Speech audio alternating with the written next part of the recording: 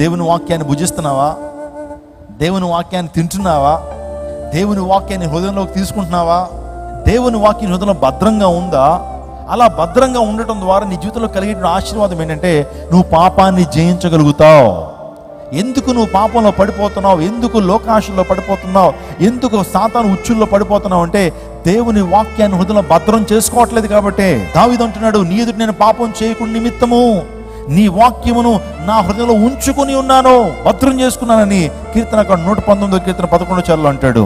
మన జీవితాల్లో శ్రేష్టమైన ఆహారాన్ని మనం భుజించాలి. నేను ఒక మాట చెప్తున్నాను, క్రైస్ట్ టెంపుల్లో శ్రేష్టమైన ఆహారం మీకు అందించబడతా ఉంది. అపోస్తుల బోధ మీకు అందించబడతా, ఆర్గానిక్ గాస్పుల్ మీకు అందించబడతా ఉంది. ఈ యొక్క వాక్యంలో మీరు ఎదగండి, మీరు ఆత్మీయంగా పటిష్టంగా మార్చబడగలుగుతారు. దేవుని దృష్టిలో ఆత్మీయంగా మీరు బలవంతులుగా మార్చబడగలుగుతారు. తద్వారా సాతాన్ని, లోకాన్ని, పాపాన్ని జయించగలుగుతారు.